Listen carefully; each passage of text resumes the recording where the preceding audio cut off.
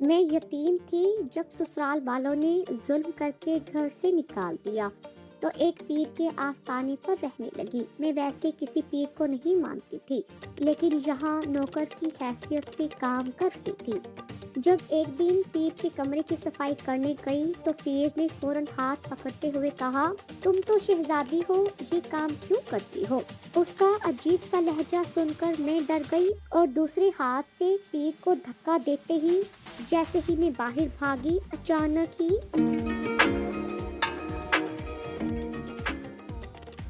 मेरा नाम सबा है। मेरा ताल्लुक भावल नगर से है। मैं अपने माँ बाप की इकलौती बेटी थी। अम्मा मेरे बचपन में ही इंतकाल कर गई थी। बाबा भी अक्सर घर से बाहर रहते थे। मुझे अकेले सोने की आदत नहीं थी। मैं अम्मा के साथ सोती थी और अम्मा को याद कर कर के रोती रहती थी कि माँ के सिवा कोई नहीं पूछता। माँ ही है जो खुद भूखी रह लेगी मगर अपनी औलाद को भूखा नहीं सोने देती। और आज अम्मा के जाने के बाद किसी ने पूछा तक नहीं था कि सबा ने खाना खाया है कि नहीं। हम और चचा लोग एक ही घर में रहते थे। चचा को उनके कारोबार में नुकसान हुआ था, इसीलिए दिल बर्दाश्त होकर चचा ने अपना घर बेच दिया और शहर छोड़कर हमारे साथ आकर रहने लगे। तब से अब तक चचा लोग हमारे साथ ही रह रहे थे। चचा और चची की एक बेटी और एक बेटा था। हीरा मेरी हम उम्र थी और उसका भाई जुनेद हमसे 5 साल बड़ा था। जुनेद भाई को पढ़ाई का बिल्कुल शौक नहीं था। चचा ने मार पीट कर बड़ी मुश्किल से मैट्रिक करवाया था। चचा ने बहुत चाहा कि उनका बेटा पढ़ लिख जाए और अपने पाँव पर खड़ा हो जाए। चचा ने चच्ची से भी कहा कि अपनी औलाद पर ध्यान दो, उनकी तरबियत पर तवज्जो दो। जैसे उनकी हरकतें हैं, कल को ये हमें किसी को मुंह दिखाने लायक नहीं छोड़ेंगे और फिर सर पकड़कर बैठी रहना। चच्ची ने कहा, आप तो ऐसे ही मेरे बच्चों के पीछे पड़े रहते हैं, कुछ नहीं होता, सब ठीक हो जाएगा। और चचा चच्ची इस बात पर सर पकड़ कर रह जाते। चच्ची ने जिद करके हीरा को मेरे स्कूल में दाखिल करवाया था। हीरा भी उसी स्कूल जाने लगी थी। मुझे अम्मा की बहुत याद आती थी। जब स्कूल जाती तो वहाँ भी गुमसुम ही रहती और घर आकर अपने कमरे में बंद हो जाती। एक दिन मुझे तेज बुखार हो गया और मैं बेहोश अपने कमरे में पड़ी थी। किसी ने आकर देखा तक नहीं कि मैं जिंदा भी हूँ या नहीं। जब कहीं रात को बाबा मुझे ढूंढ रहे थे और मेरे कमरे में आकर देखा, तब मुझे फौरन डॉक्टर के पास ले गए। डॉक्टर ने कहा, बच्ची ने कब से कुछ खाया पिया नहीं। तो बाबा दुख और शर्मिंदगी से नजरें झुका गए। डॉक्टर ने कहा, आपकी बेटी को आपकी भरपूर तवज्जो और प्यार की जरूरत है। बाबा मुझे लेकर घर आ गए तो चच्ची बाबा को दिखाने के लिए मेरी तरफ बढ़ी और कहने लगी, क्या हो गया हमारी सबा को? अभी जब स्कूल से आई थी तब तो मैं इसके कमरे में गई थी इसके लिए खाना लेकर और खाना खिलाकर सुला दिया था। तब तक तो ये बिल्कुल ठीक थी। मैंने चच्ची की तरफ देखा जो बड़े एतमाद से झूठ बोल रही थी, ये जाने बिना कि डॉक्टर ने बाबा को क्या कहा है। तब बाबा ने चच्ची की किसी बात का कोई जवाब नहीं दिया और खाना लेने चले गए। बाबा जब खाना लेकर कमरे में आए तो बाबा ने अपने हाथों से मुझे खाना खिलाया। मैं बहुत खुश हुई और साथ ही ये भी सोचने लगी कि बाबा को कैसे मेरा ख्याल आ गया। बाबा कहने लगे, सबा बेटा मुझे माफ कर देना, मैं तुम्हारी तरफ से लापरवाह हो गया था। मुझे लगा था कि तुम्हारी चच्ची तुम्हारा बहुत ख्याल रख रही है, मगर अब मैं अपनी बेटी का ख्याल खुद रखूंगा। बाबा अब खुद मुझे स्कूल छोड़कर आते और लेने भी जाते। बाबा की तवज्जो की वजह से अब मैं कुछ संभल गई थी। एक दिन बाबा ने बताया कि उनको काम के सिलसिले में शहर से बाहर जाना है और जल्द ही वो वापस में रोने लगी। मैंने बाबा से कहा, मैं यहाँ अकेले नहीं रहूंगी, मैं भी आपके साथ ही चलूंगी। मगर बाबा ने कहा, मैं जल्द वापस आ जाऊंगा। और बेटा, एक हफ्ते की तो बात है। मैं बाबा की बात सुनकर खामोश हो गई। अगले दिन बाबा शहर चले गए। बाबा जाने से पहले चचा से कहकर गए थे कि मेरी बेटी का ख्याल रखना और अपनी बीवी के सहारे मत छोड़ना। सबा बहुत हसास तबीयत की है। मुझे कोई भी ऐसी बात नजर न आए कि जिस वजह से मेरी बेटी को तकलीफ हो या उसकी आंख में आंसू आए। चचा ने कहा, भाई साहब आप परेशान न हो और बेफिक्र होकर जाएं। सबा मुझे अपनी बेटी हीरा से भी बढ़कर प्यारी है। बाबा चले गए और चचा अपने काम पर चले जाते और शाम ढले ही वापस आते। मैं स्कूल जाने के लिए तैयार हो रही थी जब चच्ची आई और कहा, कहाँ जा रही है मोहतरमा तैयार होकर? मैंने कहा, स्कूल जा रही हूँ अपना रिजल्ट लेने। तो चच्ची ने कहा, कोई जरूरत नहीं है जाने की, घर बैठो और मेरा हाथ बटाया करो, कुछ घरदारी भी सीख लो, वरना कल को लोग कहेंगे कि चच्ची ने कुछ सिखाया भी नहीं। मैंने कहा, हीरा भी तो गई है स्कूल, उसे भी घर बिठा ले, उसे भी तो कुछ आना चाहिए। तो चच्ची ने मुझे बालों से पकड़ लिया और कहा, तेरी इतनी हिम्मत कैसे हुई कि तू ये बात करे? तुम मेरी बेटी का मुकाबला करोगी? मैंने खुद को चच्ची से छुड़ाया और बैग लेकर बाहर को भागी। आगे से चच्ची का बेटा आ गया। उसने कहा, खैर है, बड़ी जल्दी है मुझसे टकराने की?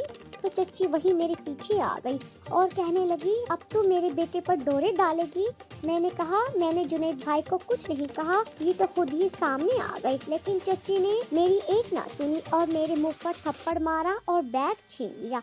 चच्ची ने कहा, तेरा घर से बाहर जाना बंद, तू अब घर में ही रहेगी और काम करेगी। चच्ची जब से हमारे घर आई थी तब से उनका रवैया मेरी अम्मा से भी ठीक नहीं होता था।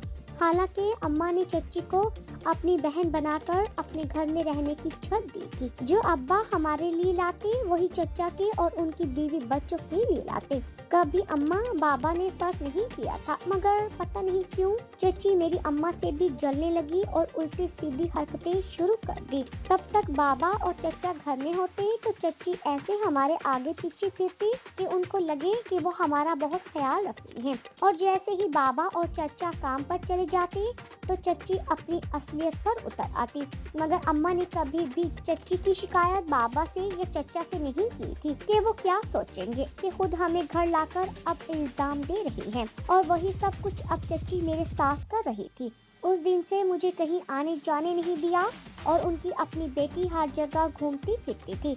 उस पर कोई और मेरा कोई भी नहीं था। बाबा थे जो एक हफ्ते का कहकर 1 माह होने वाला था, लेकिन वो आए नहीं थे। मैं रोज बाबा का इंतजार करती और रोती रहती। मेरा रिजल्ट आ गया था और मैं अच्छे नंबरों से पास हुई थी। इत्तेफाक से चच्चा भी उस दिन घर पर थे। जब रिजल्ट आया और चच्चा ने मुझे और हीरा को बुलाया, चच्चा ने मुझे मुबारकबाद दी और इनाम के तौर पर पैसे दिए।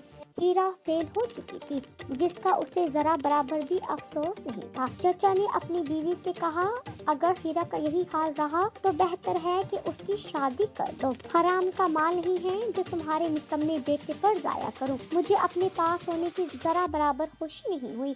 मेरा अपना कोई भी नहीं था और बाबा से मुझे गिला था कि जाकर काम में ऐसे खोए कि ये भी भूल गए कि उनकी एक बेटी भी है। मैं बैठी रो रही थी जब चच्ची मेरे कमरे में आई और कहने लगी, अरे मनहूस, अब किसका शौक मना रही है? जो पैसे तेरे चच्चा ने दिए हैं वो मुझे अभी वापस कर, वरना आज तुझे खाने को कुछ नहीं मिलेगा। मैं चुप रही और पैसे, जिनसे मुझे कोई सरोकार नहीं था, उठाकर अपनी चच्ची को दे दिए।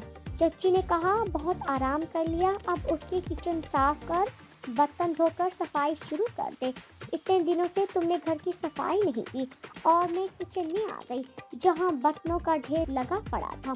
किचन साफ किया, बर्तन धोए, फिर सफाई की। अब बहुत थक चुकी थी और भूख भी बहुत लगी थी। किचन में खाना लेने गई तो चच्ची ने खाना हाथ से छीन लिया और कहा, पहले काम पूरा कर फिर खाना मिलेगा। मैंने कहा, सारा काम खत्म कर दिया है। तो चच्ची ने कहा, कपड़े तेरा बाप धोएगा। तो मुझे बहुत गुस्सा आया। मैंने कहा, जो कहना है मुझे कहे, मेरे बाबा को बीच में मत लाए, वरना मैं तो। उसी वक्त चच्ची मुझे मारने लगी और मैं उनसे कहती रही कि चच्ची छोड़ दे, मैंने आपका क्या बिगाड़ा है। फिर चच्ची ने मुझे धक्का दिया और मैं फर्श पर गिर गई। हीरा सामने बैठी मुस्कुरा रही थी। इंसान इतना पत्थर दिल कैसे हो जाता है कि उसे सामने वाले की तकलीफ भी दिखाई नहीं देती। दूसरों पर जुल्म करते वक्त ये क्यों भूल जाते हैं कि वो जो कर रहे हैं ये पलटकर उनके पास जरूर आएगा। फिर मैं उठकर अपने कमरे में आ गई। खाना ना खाने की वजह से मेरे पेट में दर्द होने लगा था। ऐसे ही रोते रोते सो गई। मुझसे सुबह उठा नहीं जा रहा था जब चच्ची ने आवाजें दे देकर घर सर पर उठा रखा था। मैं बहुत मुश्किल से गिरती हुई उठकर कमरे से बाहर आई तो चच्ची ने कहा, मलका आलिया की आंख खुल गई। ये नहीं पता कि काम किसने करना है। मैंने कहा चच्ची मेरी तबीयत ठीक नहीं है, मुझे नाश्ता दे दे। तो चच्ची ने कहा तुम्हारे बाप के मुलाजिम नहीं है जो तुम्हें बिठा बिठा कर खिलाएं। जाकर सारा घर समेटो। और इतने लगी क्या नसीब था मेरा जो आजमाइश खत्म होने का नाम ही नहीं ले रही थी। बाबा अभी तक नहीं आए थे और मुझे उन लोगों के रहमो करम पर छोड़ गए थे। मुझे बाबा से बहुत गिले थे। मैंने कितना कहा था कि मुझे अपने साथ ले जाए। बाबा ने चचा से कहा था कि सबा का ख्याल रखना, मगर चचा भी भूल चुके थे। आते जाते कभी कभी पूछ लेते सबा बेटा ठीक हो, तो मैं फीकी सी मुस्कुराहट के साथ हाँ में सर हिला देती। मुझे बुखार हो चुका था और चक्कर आने लगे थे, मगर किससे कहती, कोई भी तो नहीं था जिससे दिल का हाल कह सकती। सगे रिश्ते दुश्मन बन गए थे। घर समेटते हुए मेरी आंखों के आगे अंधेरा आने लगा तो थोड़ी देर बैठकर फिर उठ गई थी। चच्ची ने कहा नालायक, कल कपड़े अच्छे से नहीं धोए थे, दोबारा धो। मैंने कपड़े उठाए और सीढ़ियाँ चढ़ने लगी, तभी मैं गिर गई। मुझे कुछ होश नहीं रहा कि मैं कहाँ गिरी। जब होश आया तो बाबा की आवाज पर आँख खुली। बाबा की गले लग आवाज पर आँख खुली। बाबा की गले लगकर खूब रोई थी। बाबा से कहा आपको कहा था ना कि मुझे छोड़कर ना जाएं, मुझे अपने साथ ले जाएं, मगर आपने मेरी एक नहीं सुनी। बाबा ने कहा मेरी बच्ची, मेरी गुड़िया, मैं आ गया हूँ ना, क्यों रोती हो। चच्ची कहने लगी वैसे ही उदास हो गई थी, इसलिए इसकी तबीयत खराब हो गई और बुखार चढ़ गया। मैंने तो सबा को बिस्तर से पाँव नहीं उतारने दिया। भाई साहब इसलिए रो रही है। चच्ची कमरे से गई तो मैंने बाबा को सब कुछ बता दिया और बाबा कुछ देर खामोश रहे। फिर चचा को बुलाया और उनसे कहा कि मेरे पीछे मेरी बेटी के साथ ये सलूक किया तुम लोगों ने, क्या कुछ नहीं किया था तुम्हारे लिए और तुमने ये सिला दिया कि मेरी बेटी की ये हालत हो गई। वो इतनी कमजोर हो गई, तुमसे अपनी बीवी नहीं संभलती। चचा बाबा से माफी मांग रहे थे। बाबा ने कहा मैं ही बेवकूफ हूँ जो पहले हो चुका था उसे भूलकर फिर से तुम लोगों पर भरोसा करके अपनी बेटी छोड़कर गया। चचा शर्मिंदा से खड़े थे और चच्ची को डांट रहे थे। बाबा ने कहा अपनी बीवी से पूछो कि क्या बिगाड़ा है हमने इसका। तो चच्ची पैर पटकती हुई वहाँ से चली गई। जब से बाबा आए थे मैं उस दिन स्कूल से सोई। बाबा नाश्ता लेकर मेरे कमरे में आ गए। मैंने कहा बाबा आप क्यों लाए नाश्ता, मुझे कहते मैं ले आती। तो बाबा ने कहा जब तक मैं जिंदा हूँ अब अपनी बेटी को किसी के सहारे नहीं छोड़कर जाऊंगा। और सबा बेटा मैंने एक फैसला किया है। बाबा बात करते हुए खामोश हो गए। मैंने कहा बाबा क्या बात है, बताई ना। तो बाबा ने कहा मैंने सोचा है कि तुम्हारी शादी कर दूं। मेरी जिंदगी का क्या भरोसा। अब कुछ दिनों के लिए गया था तो तुम्हारे साथ उन्होंने इतना बुरा सलूक किया। अगर मुझे कुछ हो गया तो कोई तो हो जो तुम्हारा ख्याल रखे, तुम्हें जमाने की तलखियों से बचाए, कभी दुख को तुम्हारे पास भटकने भी ना दे। मैंने कहा यही दुनिया की हकीकत है, जिंदगी मौत की इमानत है, ना जाने कब अपनी लपेट में ले ले। मैं अपने जीते जी तुम्हें अपने घर की होते देखना चाहता हूँ।